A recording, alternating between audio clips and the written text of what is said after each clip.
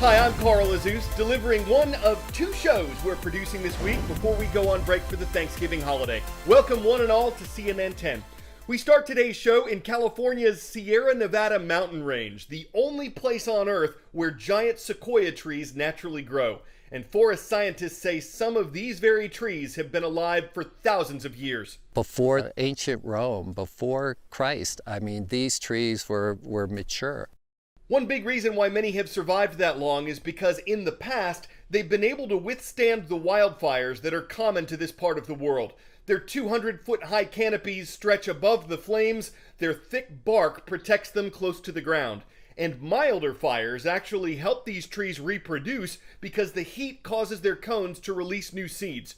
The problem is, the size and intensity of some recent wildfires in California have been overwhelming for thousands of giant sequoia trees. A giant sequoia that was first weakened by drought was then subject to impacts by the bark beetle, which then further weakened the tree and potentially made it more susceptible to mortality from fire. Conservationists have seen hope on the forest floor, with many baby giant sequoias sprouting up in the months after the fires. And there are some steps people can take, from controlled burning of forest vegetation to the removal of other trees and brush to protect the mature sequoias of the Sierra Nevada.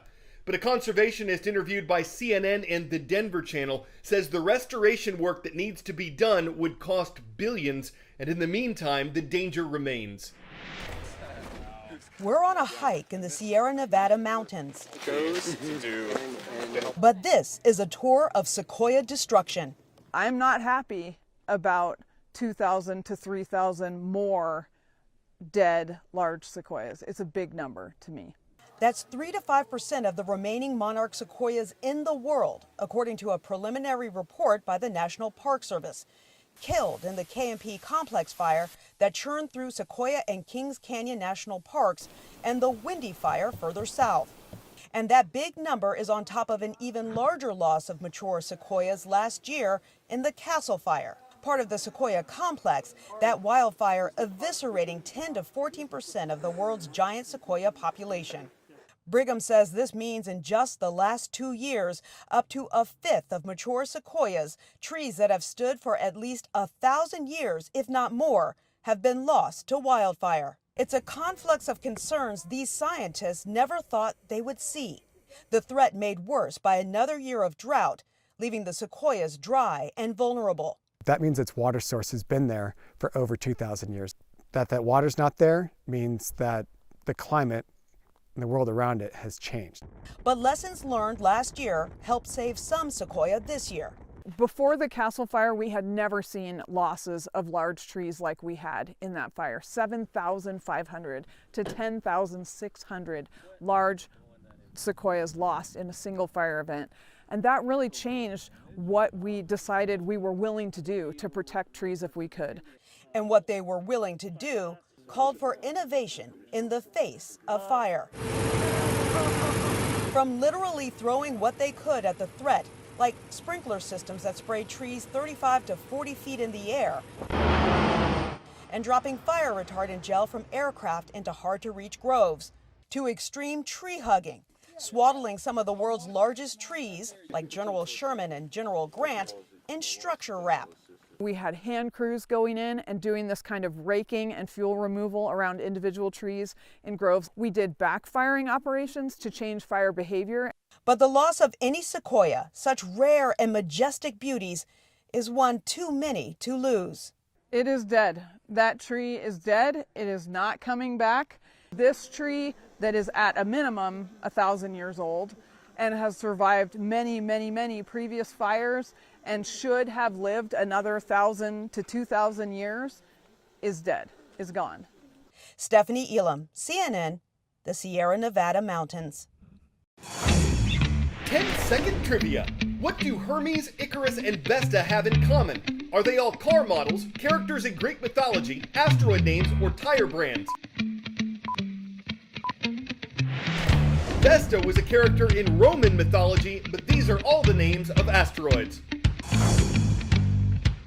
There's another one named Didymus zipping through space. It has its own tiny moon, what NASA calls a moonlet, orbiting around it, and that moonlet will be the target of a new NASA mission. It's called DART for short. It includes a spacecraft that's set to launch sometime between this Tuesday night and February 15th. It's scheduled to near Didymos's moonlet next fall, and after it does, the plan is for a spacecraft to smash right into it. Why do this? The goal, astronomers say, is to nudge the moonlet. The Planetary Society says if all goes according to plan, the collision will push the moonlet slightly closer to Didymos and shorten its orbit around the asteroid by a few minutes. You can think of this as a type of high-tech science experiment taking place almost 7 million miles away. Estimated cost, somewhere around $320 million. Here's why NASA's doing this.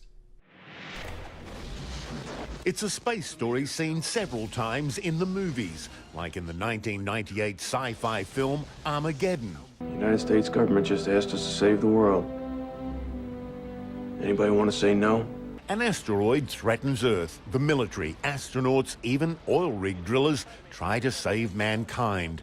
Some cities don't make it, but in the end, the planet survives.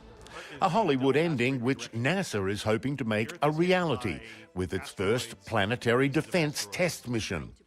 Scientists say they have identified the kilometre-wide asteroids like those shown in the blockbusters, and there are no dangers of them hitting Earth in the coming centuries.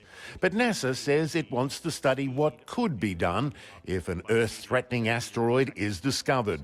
On Wednesday, it will launch a mission called DART, the Double Asteroid Redirection Test, that will send an unmanned spacecraft into space, and if successful, it won't be returning home.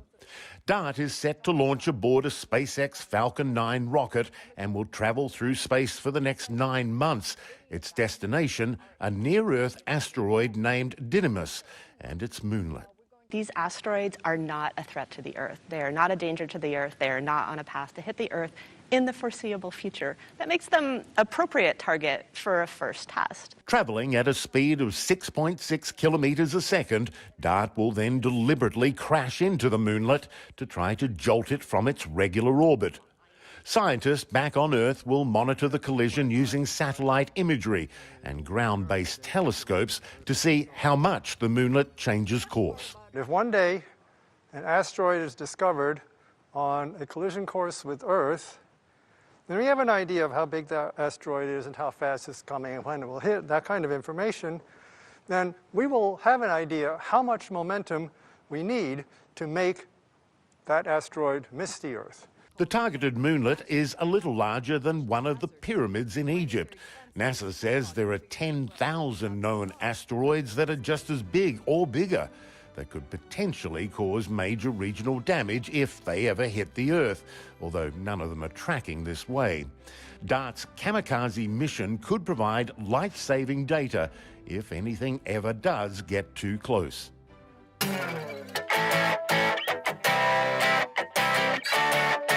A new auction record has just been set for the most money ever paid for a book, printed text, or historical document. And the historical document that set it is a rare copy of the U.S. Constitution. The original was handwritten and not for sale. You can see it at the National Archives in Washington, D.C. But of the 500 copies that were printed in September of 1787, just 13 of them are known to survive. And this one was estimated to fetch between $15 and $20 million. However, after a bidding war, the CEO of an investment company won the auction with a $43.2 million bid. He reportedly plans to loan it to a museum.